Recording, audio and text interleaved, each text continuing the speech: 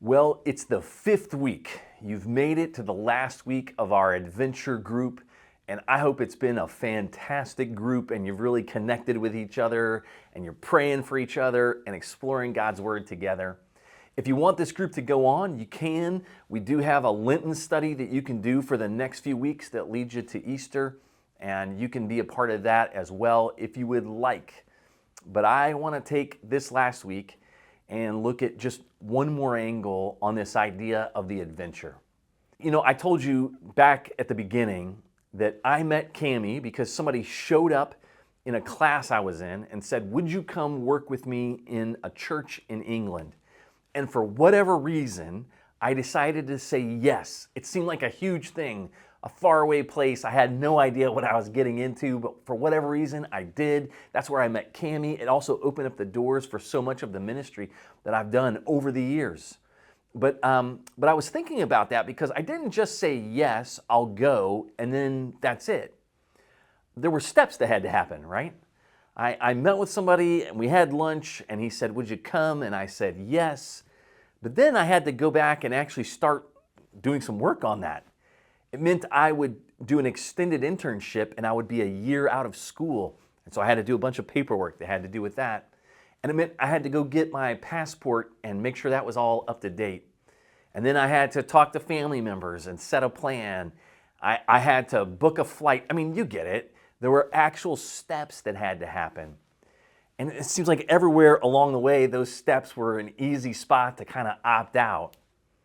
And I think about that for all of us on the adventure that God calls us on. You know, there are all kinds of easy places just to stop or get bogged down or just not to go through with it. And sometimes for an adventure, I like to think about the dream and the idea, and we've talked about that, and I get really excited about that. But then when it comes down to the minutia of really putting it into place, well, that can be a lot harder. Or other times we get overwhelmed with the sense that God has this big dream for us, and it just seems so big. And the question is, well, like, what's the first thing that you do? And so I've been thinking a lot about that, and I want you to think about that this week together with your group to talk about what kind of steps do you put into place. We've been saying you want to invest in things that are going to impact not just your life, but have a 50-year impact, that are going to impact the next generation or friends and neighbors. And I want you to start to think about the real practicality of this. Like, what things will you invest in? What will you put into place? And what are the pitfalls, the easy places to stop and opt out? It made me think about the story of Moses' call.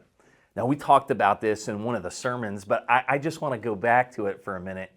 It's a really incredible passage in Exodus where Moses is called by God and the burning bush speaks to him, and he goes back and forth with God. God says, "I'm going to send you to get my people out of Egypt." And Moses asks the first question, and that is, he says, "Well, who am I that you will send me?" He's, I'm not that person. And God responds, "No, I'll go with you." So then Moses asks, "Well, then who are you?" And that's when God answers, "I am the I am." That's the holy name. And then God says, "But I'm also the God of Abraham, Isaac, and Jacob." He went back to his history. He went back to Moses' lineage, your great-grandparents, and said, "I'm the God who got them through tough times and who called them and worked in their lives." And so God identifies himself and identifies the great work that he's already done in Moses' lineage. And then God says, "I want you to go, and the people of Israel will listen to you." They will. He says, but the Egyptian Pharaoh won't. So I'll show my might. And he gives Moses three examples. He says, "You've got this, what's this in your hand?" And Moses says it's a staff. And God says, "Throw it down," and it turns into a snake. And then pick it back up, and it turns back into a staff. And God says, "You can show him this, my power through this." Then he does a similar thing with his hand. All of a sudden, leprosy forms on it, and then God takes the leprosy away. He says, you can show them this. And if those things don't work, then dip some water out of the Nile and throw it on the ground. It'll turn into blood. I'll show them my might. Moses is still not sure. He's thinking about the logistics. He's worried about how difficult this might be. He's thinking about all the problems. He's looking for a way to opt out. He says, I don't speak very well. And God says, I'm the one who created mouths. I'll teach you to speak. And then Moses finally just looks at God and he just lays it out there, what's really on his heart. He just finally goes, God, send somebody else. Like, God, you're not getting it. I'm coming up with every excuse. Just send somebody else. And God responds in a pretty tough way. But he says, I'll send Aaron with you, and you can we'll speak through him. But I'm going to send you. And this all comes about in Exodus, and that story is just real interesting to read, and it's cool to look back on, because then you start to see what happens next. And what happens is Moses just goes on a journey. The first thing he does is goes and talks to the elders of Israel. And he even he talks to those close to him who are kind of in authority around him, and then the elders of Israel. And then he gets on the road and he's going to go talk to the Pharaoh. And I was just thinking about those first steps. He eventually just had to say, okay, God, I'm going to go. But he put some practical steps in place. Like he packed his bag and got ready and started walking down the road. He said, all right, I'm going to trust in you. And he takes the first step and then the next step. And even though he throws up all these barriers, he still starts. Like he starts on a real journey. It really comes down to Moses actually getting on the road, like starting a journey. And I was thinking about one detail in that story. You know that part where God says, what's in your hand? And it's a staff. And we talked about this in one of the sermons as well. This story just helps us as we look at being on mission and being people called into an adventure. But it's a great detail. God says, what's in your hand? And it's a staff. And God says, throw it down. And God uses even just that staff. I love that little detail there. Like God takes the thing that Moses has and he actually uses it. Moses was looking at himself and all the things around him and says, this doesn't add up. I don't know if I can do this. And God goes, well, what do you already have? That's a cool detail in the story. It points me forward to the New Testament.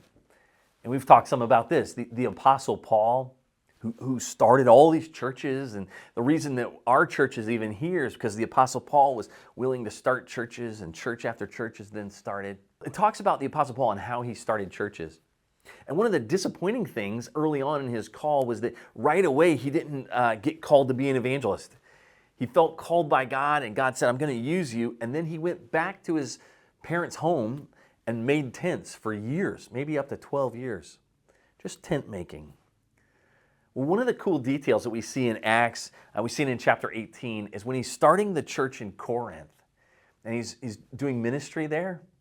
It says he goes and stays with these two people who become leaders in that church, Priscilla and Aquila. And he lives with them. But guess why he stayed with Priscilla and Aquila? Well, they were tent makers. See, Paul had learned this trade.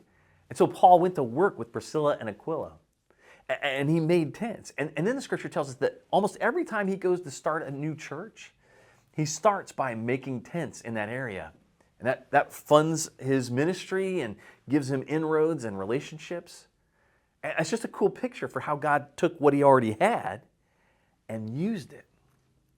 And so I've been thinking about that for each one of us, for our families. Like what do we have? What has God given us that if we really invest in that, helps us to go down the road of this adventure, to start the journey? And I wonder for you, what could God use? What could God use to invest in and invest in a dream that will go on for 50 years? One that would invest in the next generation and in the friends and neighbors around you. And I wonder about Well, how you might get started. What's a practical step for you? Just one thing. What's one thing that you could do, even today, even this afternoon, to say, God, I want to live on mission. We want to do this as a family. Here's some practical things you've given us. So we're going to take this one step, just something simple, to start this plan into action, to begin the adventure. Well, I hope you have a great conversation together, and I hope that God begins to work through us, not just in ideas, but in our actual lives.